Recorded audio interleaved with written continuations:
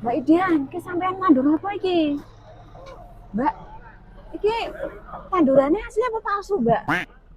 Ya ora mungkin palsu to, Mbak. Iki wene CV Ariati. Mosok ya palsu iki lho. Iki ketake palsu, Mbak. Mergane to, aku weruh to. Pas ning nggone toko kita persis kayak ngene iki, Mbak. Palsu. Lah nek ngomong ki ya mbok aja sembarangan ngono ki lho, Mbak. Iki ki acara resmi. Lah mosok ya nipu. Ya wis kita jajal tak hotel ya. Asli ora ya? Kok iso ngawur ki lho, muter-muter sembarangan.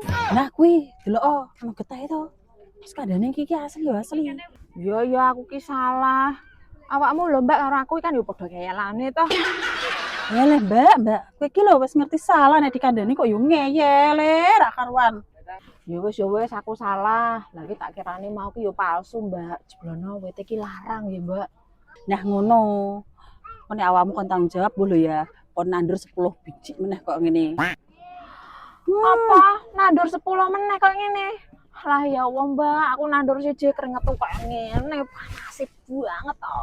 Makane dadi wong ki aja iseng. Ya wis kita serius, aku bantu. Gendang balik, gendang bar. Yuk, Mbak.